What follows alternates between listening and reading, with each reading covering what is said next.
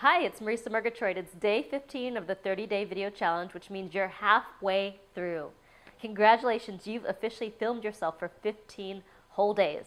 So I've just been training live for about 5 hours. I don't have a lot of juice left in me, but I want to answer a question I've been getting a lot recently, which is, Marisa, how did you get such an amazing lineup of 10 top-notch presenters at your very first telesummit? So I wanted to give you a few tips on how to line up those speakers, even if you don't have this massive reputation and you're kind of just starting out. So the very first thing for me is about creating a very unique branded experience and being super clear and consistent about what your message is. So there are a lot of people doing telesummits. I get invitations almost every week to participate in a telesummit, but most of them look almost identical from one to the next. It's about a business building telesummit, or be on a panel with 10 other business experts.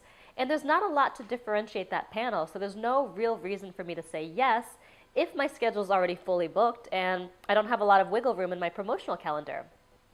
But if you come around and you've got this really unique, amazing experience that everybody wants to be a part of, like becoming a superhero and really being transformed into a superhero character, that's a whole different thing. I mean, everybody wanted to be drawn up as a character, as this kind of amazing, larger-than-life superhero, and also they wanted to be put into this infographic.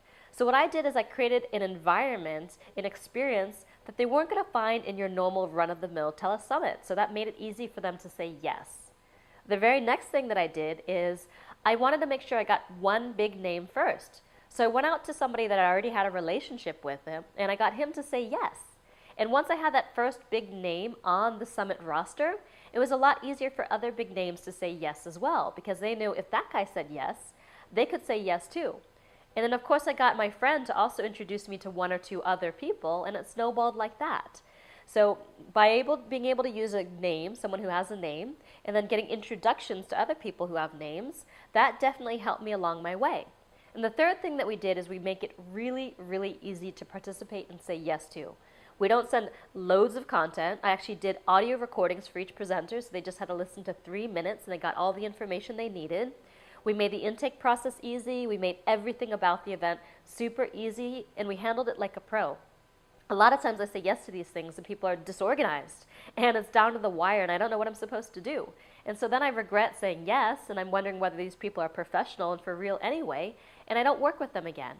So if you do those 3 things, if you really provide a unique experience that people can't get anywhere else, if you can get that first big name on the roster, and everybody knows somebody, right? You can always start somewhere. And the third thing is to be a pro and to make it super easy for people to say yes, recognize that they're busy. You know, you might be providing them with an opportunity, but they've got lots of opportunities and yours is not the only one. So that's how I got 10 really high-profile people to headline my first summit, the Video Superhero Summit. So you can do it too in the meantime and go out there and live your message.